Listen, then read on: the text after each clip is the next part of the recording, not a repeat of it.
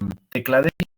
Aquí las vacuolas son apicales y ligeramente luminales. Ya empezamos a ver secreción luminal. Y el estroma, aunque no se ve mucho, está edematoso, ¿ya?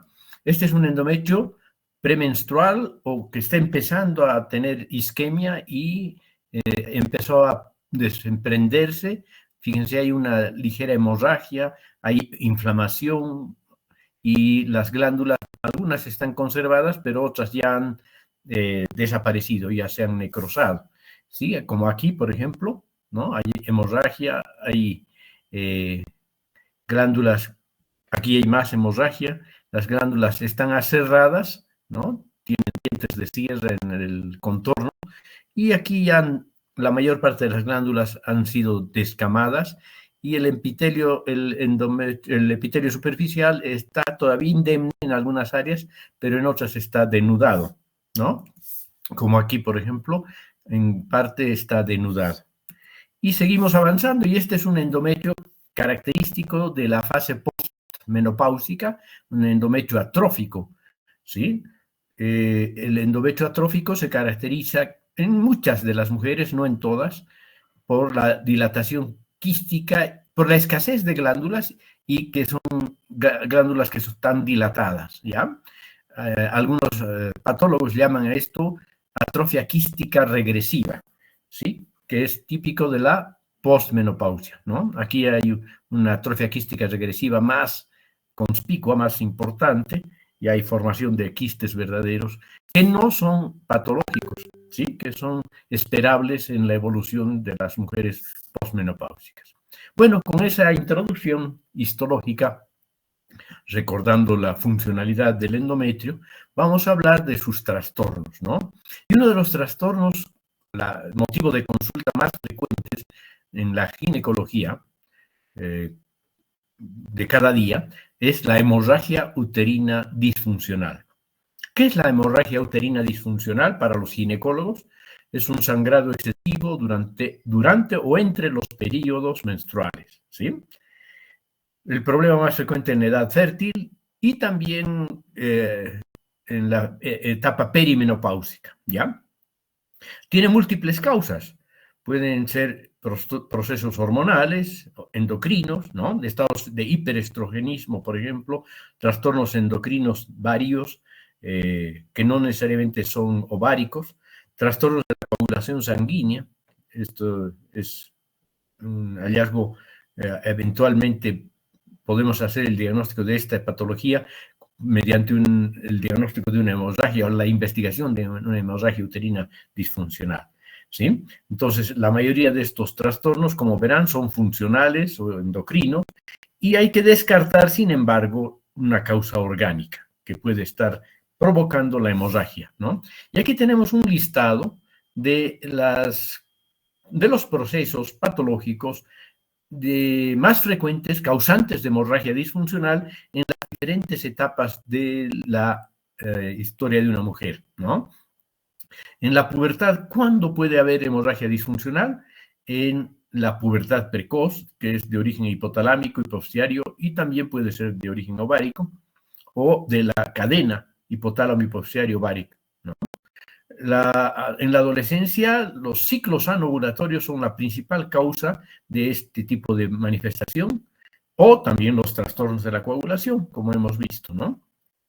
En la edad reproductiva, las causas son más frecuentes, es la etapa más frecuente, y también hay que considerar varios procesos que podrían estar siendo su causa.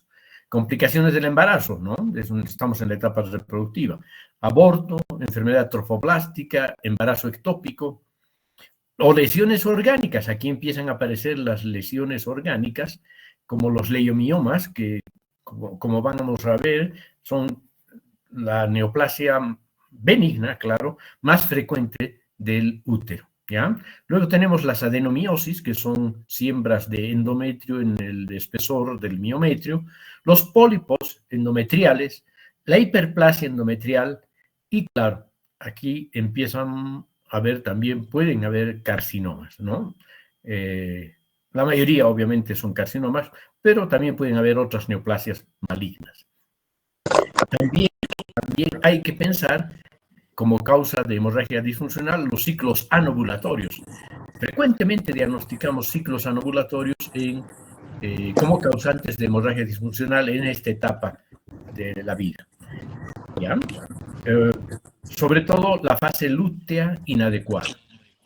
En la perimenopausia hay que pensar en básicamente muchas de las causas que ya hemos mencionado: ciclos anovulatorios, una descamación irregular, lesiones orgánicas como pólipos, hiperplasia y eventualmente también carcinomas, ¿no? Conforme pasa la edad de la paciente, van haciéndose más probables las neoplasias malignas. En la posmenopausia tenemos lesiones orgánicas, carcinoma, hiperplasia, pólipos y también la atrofia endometrial, ¿no? Que puede ser causante de las causas de hemorragia disfuncional. No sé si pudiera darse cuenta alguno de ustedes que está con su parlante abierto. ¿Quién está con su parlante abierto? Ciérrelo, por favor, para que no interrumpa la disertación. ¿Ya? Ok, gracias, creo que entendió. Bien, aquí tenemos una de las causas que hemos mencionado más frecuentes, el endometrio disincrónico o el desorden endometrial proliferativo, ¿no? Por alteraciones hormonales hay un estímulo asimétrico o una respuesta asimétrica del endometrio a las hormonas. Y entonces hay áreas proliferativas entremezcladas con áreas secretoras y pueden haber incluso alteraciones vasculares, formación de trombos en los vasos que favorecen la descamación hemorrágica, como aquí. Miren, aquí hay trombos dentro de los vasos, hay una ulceración ya de la mucosa, algunas glándulas secretoras y otras proliferativas, ¿no? Bueno, una otra causa importante y tal vez de mayor trascendencia clínica son las hiperplasias endometriales, ¿no? En realidad, las hiperplasias endometriales, para algunos autores, no es consenso general, el pólipo endometrial es una especie de hiperplasia focal. Podría ser válido desde el punto de vista morfológico, ¿sí? Pero no todos están de acuerdo. De todos modos, el pólipo endometrial es frecuente. Generalmente son sésiles. ¿Qué quiere decir esto? Que no tienen pedículos, ¿sí? Son elevaciones sésiles, o sea, a manera de montañitas que surgen en el endometrio, que está siendo fruto de una hiperplasia focal, esa elevación sésil, ¿no? Pueden ser únicos o pueden ser múltiples, hasta en el 20% de los casos, y la etapa más frecuente en las que vamos a ver los pólipos endometriales son las áreas, la etapa perimenopáusica. Lo que quiere decir, no quiere decir significativamente que solo en esta área veamos, pero es el periodo etario de mayor incidencia, ¿no? Pueden ser asintomáticos cuando son relativamente pequeños sobre todo, o pueden sangrar, y a veces sangran exhaustivamente y se convierten en una emergencia, ¿no? El fruto, la presencia del endometrio es fruto de la estimulación estrogénica prolongada en áreas de endometrio que son refractarias a la progesterona. Miren qué interesante, ¿no? Normalmente todo el endometrio madura sincrónicamente y prolifera y se desangra en conjunto, todo el endometrio. Pero hay áreas que pueden ser refractarias al efecto progestágeno y entonces estas áreas no hacen el mismo proceso madurativo que todo el resto del endometrio. Entonces empiezan, bajo esta estimulación hormonal, a crecer y formar pólipos, ¿sí? De regla, el resto del endometrio es proliferativo. El endometrio que no es parte del pólipo, ¿no? Y aquí tenemos la imagen macroscópica típica. Hay dos pólipos que están naciendo en el fondo de la cavidad uterina. Aquí tal vez haya otro pólipo. Estos son más o menos pediculados. Estos son realmente pediculados. Este también es pediculado. Y vean, en la parte de la superficie del epitelio se ha ulcerado y ha provocado hemorragia. Aquí, además de los pólipos, hay unas lesiones a nivel del miometrio, que probablemente sean leiomiomas o más probablemente adenomiosis, por la característica no muy bien circunscrita y relativamente carnosa, muy parecida al endometrio. Vean, estos probablemente son focos de adenomiosis.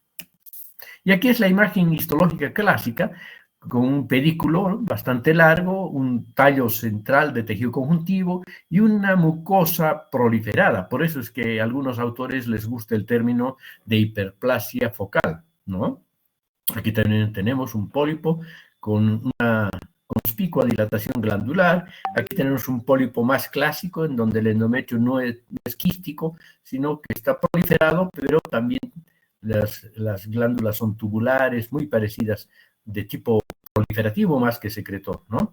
Y el endometrio puede tener inflamación o no. La hiperplasia endometrial es también llamativa en la consulta ginecológica, que es una causa importante de consulta ginecológica. Consiste en un engrosamiento por proliferación glandular y estromal, irregular y anormal. Irregular en el sentido de que no es lo normal que se produzca una hiperplasia generalizada del endometrio, ¿no?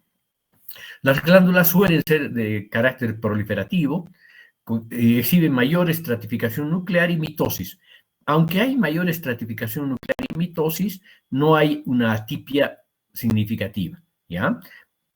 Y sigue, por lo tanto, siendo una hiperplasia difusa, una hiperplasia difusa. Ahora, hay dos tipos de hiperplasias endometriales, ¿sí? Las hiperplasias con atipia y las hiperplasias sin atipia, ¿ya? Y esto es lo más importante. Antes hablábamos más de hiperplasia simple, compleja, sin atipia y con atipia, es cierto, pero ahora se le da más importancia a la presencia o ausencia de atipia en las células epiteliales, sobre todo, ¿no? ¿Por qué se produce esta hiperplasia endometrial? Un poco parecido a lo de los pólipos, pero aquí es más generalizado el proceso. Niveles prolongadamente altos de estrógenos con ausencia o disminución de la actividad progesterónica, ¿no? En forma más generalizada, ¿ya? Puede haber inestabilidad de microsatélites, ¿sí? Pueden estar presentes estas alteraciones genéticas y o mutaciones del gen PTEN, ¿sí? La hiperplasia endometrial más frecuentemente ocurre a nivel de la etapa peri o menopáusica y se caracteriza clínicamente por metrorragia, ¿no? Entonces, ya les decía, se clasifican básicamente actualmente en normotípica, o sea, sin atipia, y atípica. Entonces, hay una respuesta normal del endometrio a la estimulación estradiol elevada y mantenida, que puede ser simple, quística, compleja, no importa, pero no tiene atipia, ¿sí? Y la atípica, que es una respuesta anormal del endometrio a la estimulación estrogénica elevada y mantenida, y por lo tanto hay atipia. ¿Y en qué se caracteriza esa atipia? En glándulas irregulares, escaso estroma y en los núcleos. Hay que ver en los núcleos la atipia, ¿sí? La atipia nuclear es el detonante de nuestro diagnóstico. Esta hiperplasia endometrial atípica se puede considerar como una lesión precancerosa, ¿ya? Y la probabilidad de evolución hacia un cáncer endometrial está en relación directa con la atipia nuclear. Además de la hiperplasia endometrial, otros hallazgos frecuentes son en el mismo endometrio hiperplásico, la presencia de metaplasia escamosa, metaplasia tubaria en el 100% de los casos, metaplasia mucinosa parecido al endocervix, o de células claras, esto ya es un poco más complicado cuando vemos, o de células eosinófilas, ¿ya? Probablemente todas ellas secundarias a hiperestimulación estrogénica. Entonces ya hemos dividido sin atipia, atipia leve y atipia marcada, ¿sí? La gran posibilidad de que evolucione hacia un carcinoma. Y cuando evoluciona un carcinoma, estos carcinomas suelen ser de bajo grado, ¿ya? A diferencia, porque como vamos a ver dentro de un rato, hay adenocarcinomas de alto grado también, ¿no? Entonces, aquí la atipia leve o moderada puede ser considerada benigna o puede ser intermedia, o puede ser alta, y entonces es lo mismo que cuando hay marcada atipia, ¿no? Muy bien, aquí tenemos entonces diferentes tipos de hiperplasia. Aquí hay una hiperplasia compleja, pero sin atipia. Lo mismo aquí, el endometrio está pseudoestratificado, pero no tiene atipia nuclear y mantiene cierto grado de polaridad, ¿no? Aquí también, miren, está muy proliferado el endometrio, hay escaso estroma incluso entre ellas, las glándulas están espalda con espalda, como diríamos, pero los núcleos no son llamativos. En cambio aquí ya hay una moderada atipia, ¿ya? Y aquí abajo a la derecha ya podemos ver muy marcada atipia, donde hay mitosis incluso atípicas, los núcleos son hipercromáticos, tienen nucleolos prominentes. Aquí también tenemos atipia moderada, aquí atipia intensa, que va haciéndose más compleja, ¿no? Bueno, otra patología es la adenomiosis, que consiste en la presencia de islotes de endometrio, incluyendo glándulas y estroma del endometrio, en el espesor del miometrio, ¿no? Esa es la definición de adenomiosis, que no es lo mismo que endometriosis, ¿no? Tienen muchas cosas comunes, pero se llama adenomiosis cuando está circunscrito esta presencia ectópica de glándulas, ¿no? Y estroma endometrial en el espesor del miometrio. Y cuando ya salen del útero, por ejemplo, a las trompas, a la pelvis, etcétera, o incluso a otros lugares más raros, eso ya es endometriosis, ¿ya?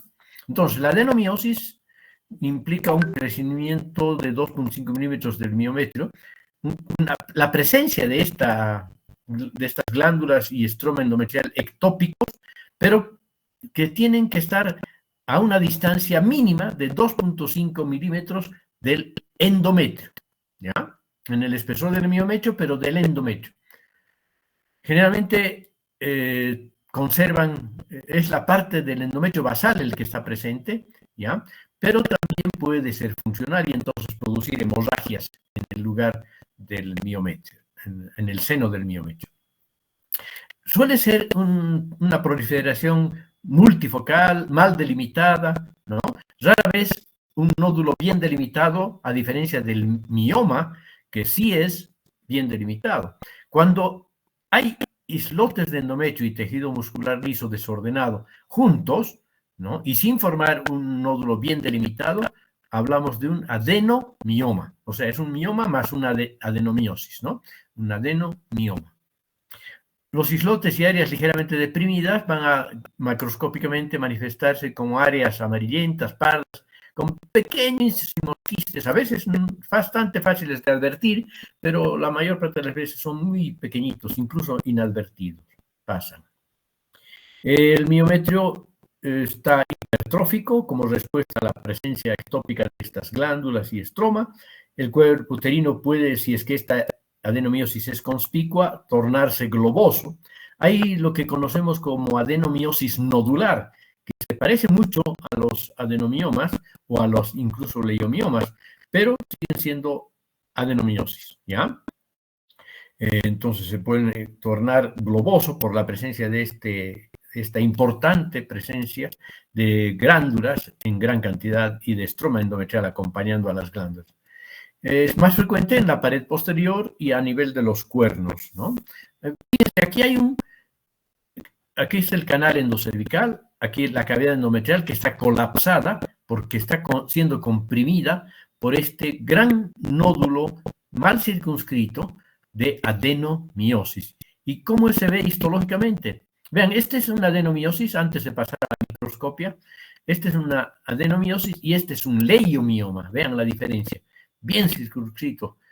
Solo le falta la cápsula para tener una gran separación del resto de la pared del cuerpo uterino, ¿no?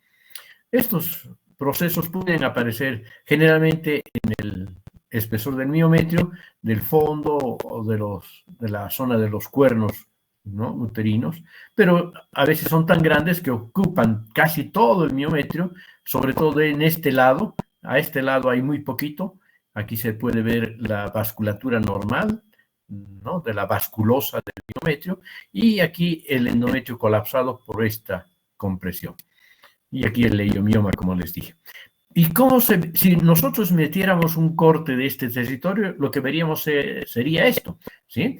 Miometrio, músculo liso, todo esto es músculo liso, y aquí la presencia de mucosa endometrial ectópica o heterotópica, formada por glándulas, ¿sí?, basales, no funcionales, y un estroma endometrial, ¿no? En general, los dos componentes tienen que estar presentes. A veces hay más glándulas que estroma, o como en este caso, más estroma endometrial especializado que glándulas. Ahora sí hablamos de otro proceso ectópico, ¿no? La endometriosis. Presencia de islotes de endometrio en forma ectópica, incluyendo glándulas y estroma también, como en la adenomiosis, pero por fuera del útero, ¿sí?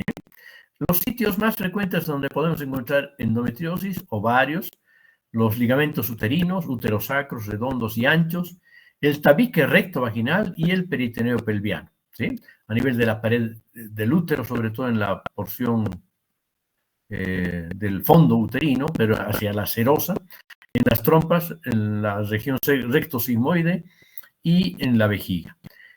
Donde más frecuentemente vemos es en las trompas uterinas, creo, no sé, depende de la experiencia personal.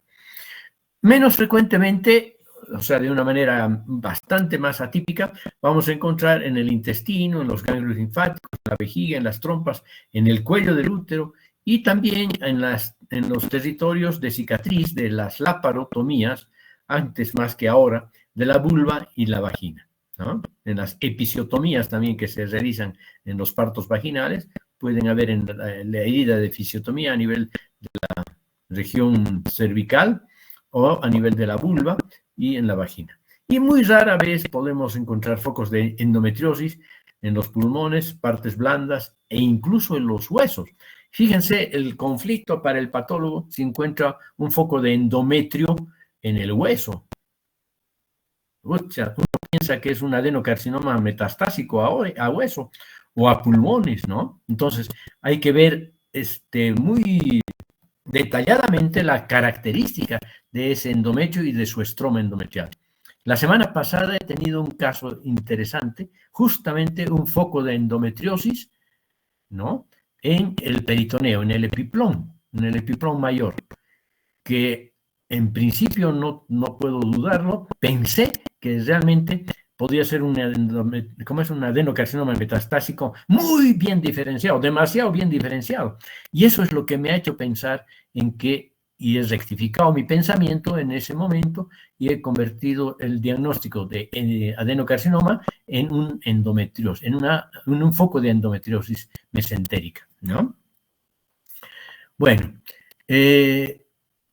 la edad en que se presenta es la edad fértil, puede pasar inadvertida o puede cursar con picos de dolor asociados a la menstruación y a la hemorragia en el caso de que el foco de endometriosis sea funcional. Hemos dicho que la mayoría son basales, ¿no?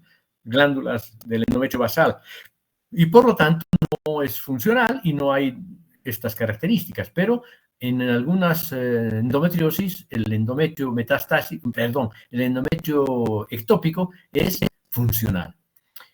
Y puede a la larga dejar fibrosis e infertilidad, sobre todo si es a nivel de ambas trompas uterinas, puede dejar cicatrices que estrechen la luz y produzcan infertilidad. Hay varias teorías, no hay una patogenia exacta del porqué de las endometriosis. Sí, las teorías más aceptadas son estas: metastásica, implantación, metaplásica, y también se han considerado otros factores, ¿no?, que no tienen mucho correlato fisiológico, aparentemente. La metastásica es la que nos habla de un reflujo menstrual a través de las trompas uterinas al peritoneo, ¿sí? Esto es frecuente cuando hay atresia vaginal. O por los vasos sanguíneos, puede meterse a los vasos sanguíneos y llegar a órganos distantes como el pulmón. Entonces, esta es una teoría de metástasis, pero no es cáncer, es una llegada metastásica del estroma y las glándulas endometriales de la endometriosis a órganos vecinos o a órganos distantes, ¿no? La teoría de la implantación suele ser mediada por la iatrogenia, ¿no? Durante las cesáreas, durante las laparotomías, durante exploraciones médicas, entonces ahí se ve con frecuencia en las cicatrices de la laparotomía, en las episiotomías, como les dije, ¿no? La metaplásica, origen común genéticamente, o la ontogénesis, diríamos, de muchos de los componentes del útero, incluyendo el endometrio, tienen un origen común a otros órganos pelvianos, ¿no? Entonces, el origen del peritoneo pelviano y restos de órganos mullerianos metaplásicas pueden provocar la presencia de endometriosis peritoneal o de otras estructuras mullerianas. Y entre las otras factores genéticos, hormonales, inmunológicos y daño peritoneal que se plantean, aunque con una explicación no muy lógica. Aquí tenemos pequeños foquitos de endometriosis, ¿sí? En la serosa uterina. Aquí tenemos un ovario con un quiste achocolatado. Este quiste achocolatado es el endometrioma ovárico, ¿no? Aquí hay mucosa endometrial, hay estroma y mucosa endometrial, glándulas y estroma endometrial, que han sido funcionales probablemente y por eso es que han producido semejante hemorragia, ¿no? Que se va a ir acumulando durante cada periodo en el ovario, provocando obviamente dolores pélvicos, ¿no? Aquí tenemos entonces otras localizaciones en estas figuritas: peritoneo, fondo de útero, ovarios, trompas uterinas. Estos son los sitios más frecuentes. Aquí hay un corte histológico de una trompa y aquí el foquito de endometriosis. Aquí un acercamiento del foco de endometriosis. Vean cómo se repite lo que les estoy diciendo. Glándula, estroma. Glándula, estroma, ¿ya? Esa es una endometriosis real. Hay que buscar el estroma acompañante a las glándulas ectópicas o heterotópicas. La hipertrofia idiopática del miometrio. A veces, y no es infrecuente que yo diagnostique esto, ¿sí? Me ayuda mucho esta exposición. Esto lo saqué de un patólogo de la Católica de Chile, que nos planteó esta posibilidad. A veces hay un engrosamiento difuso del miometrio que mide más de 20 milímetros de espesor en una mujer que no ha tenido hijitos, ¿no? O en más de 40 milímetros en una mujer que ha tenido hijitos, que se ha embarazado, ¿no?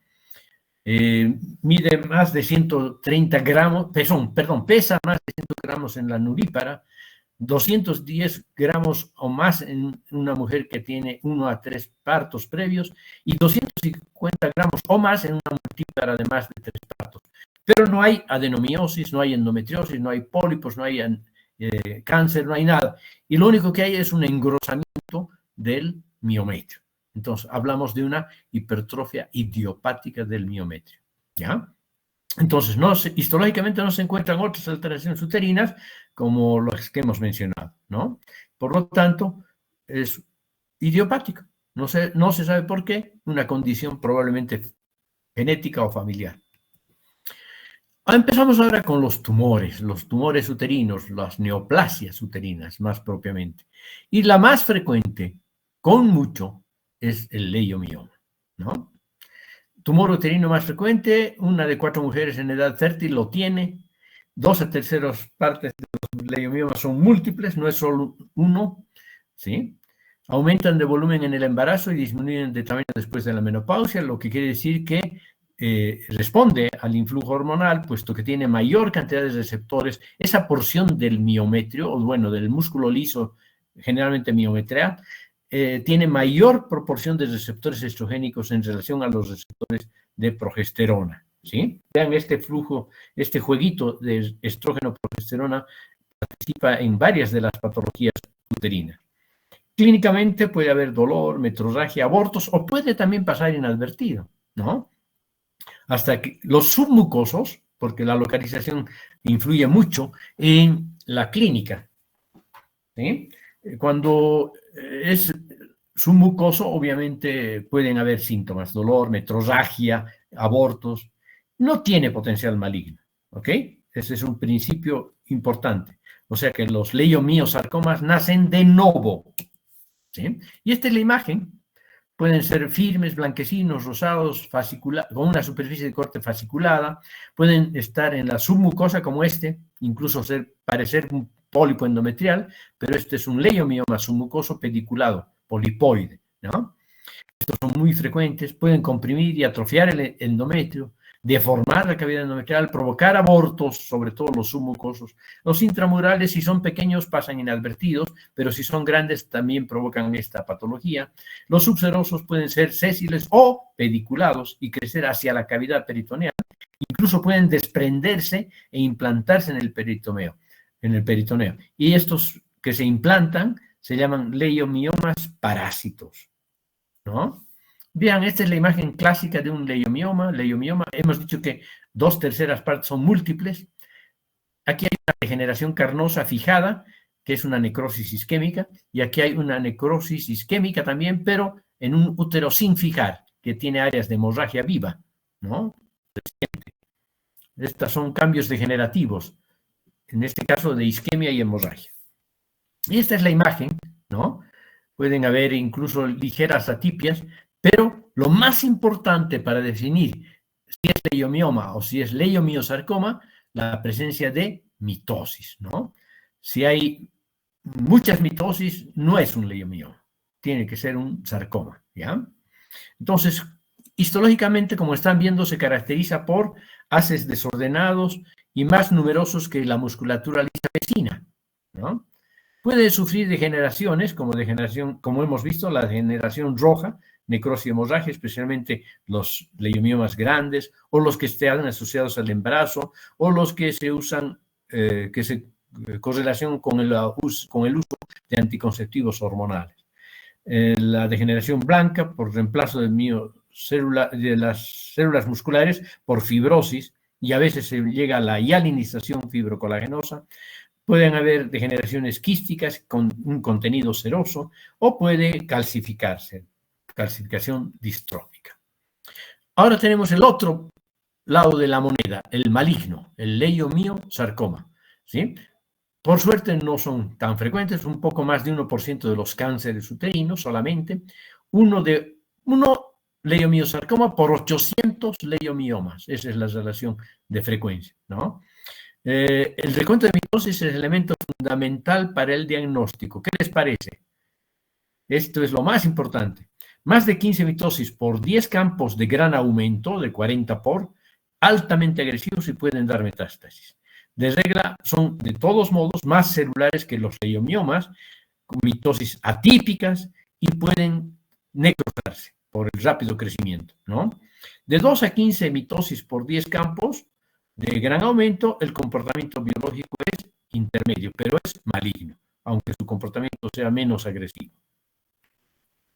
Y aquí tienen un leiomiosarcoma macroscópicamente, otro aquí, y tiene una celularidad mucho mayor y algunas atipias feroces, y aquí las mitosis, que es lo más importante, ¿no? Miren, en este campo de gran aumento no solo tenemos más de 15, en un solo campo tenemos aquí 1, 2, 3, 4, 5, 6, 7, 8, 9.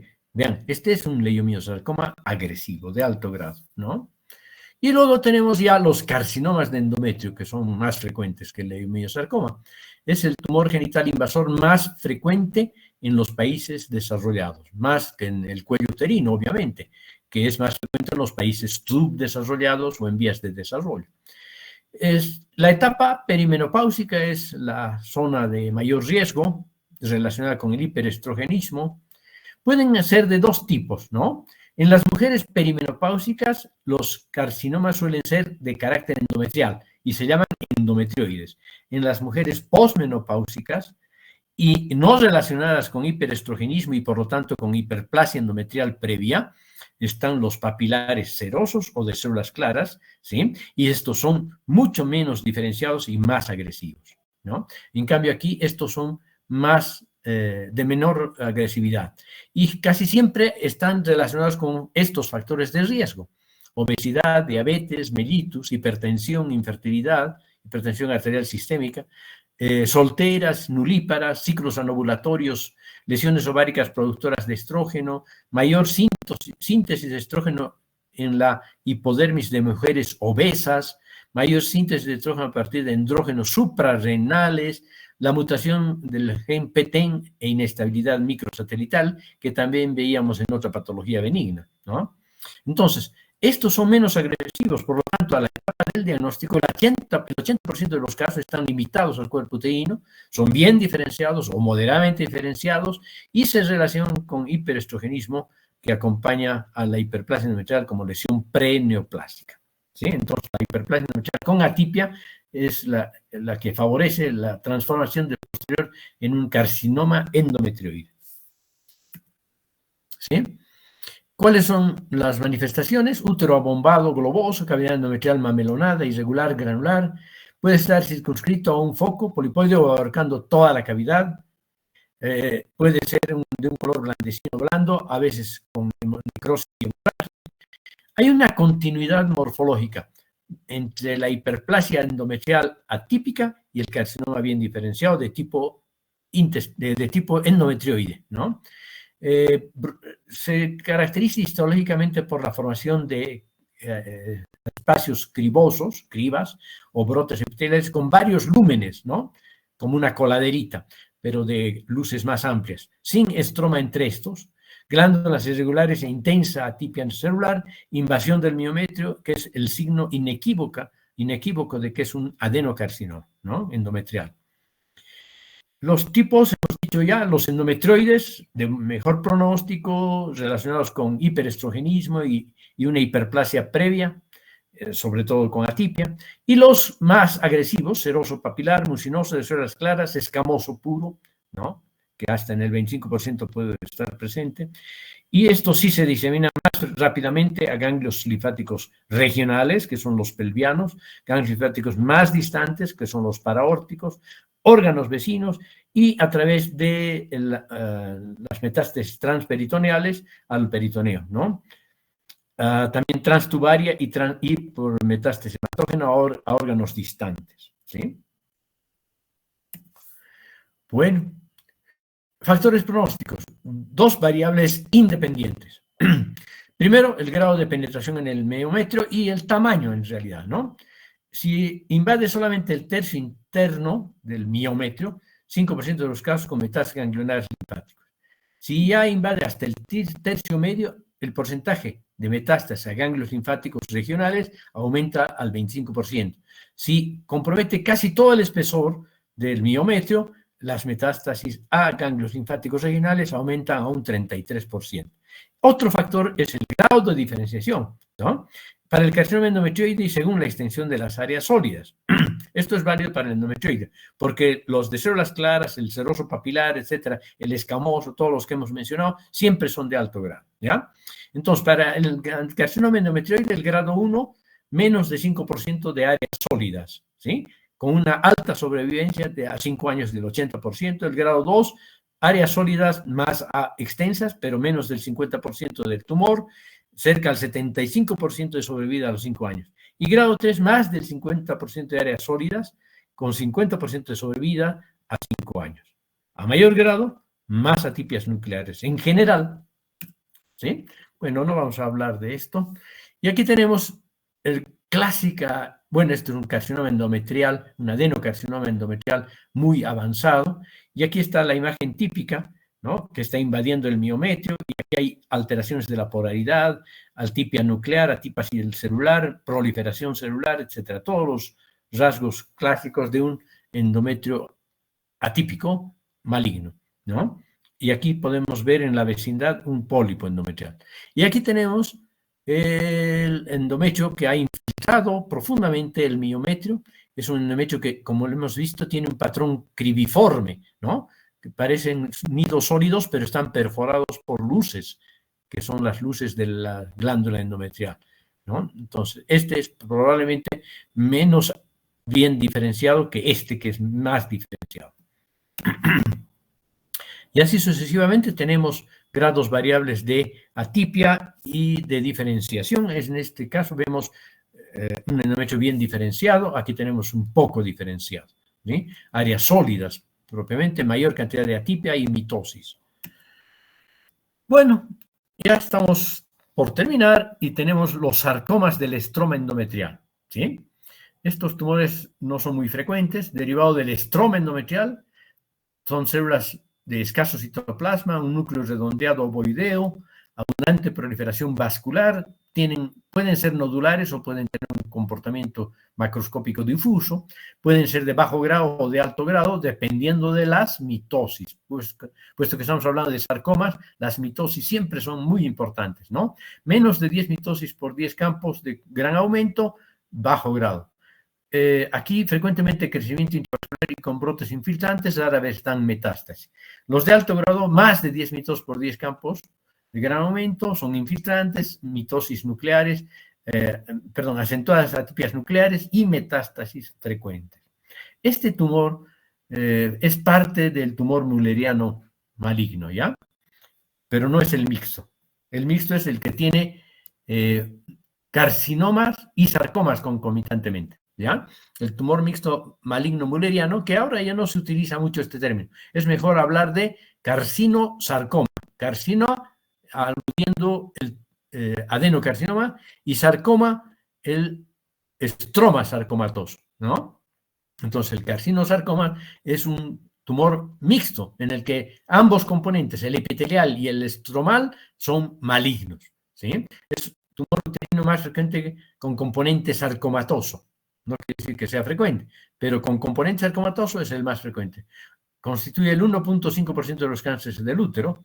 El componente carcinomatoso más frecuente es el endometrioide, o sea, parecido al endometrio, al carcinoma de endometrio típico, ¿no? Pero también pueden haber otras variedades, como el seroso papilar, de células claras, escamoso, etcétera, ¿no? Y el componente sarcomatoso puede ser homólogo o heterólogo. ¿Cuándo hablamos de homólogo?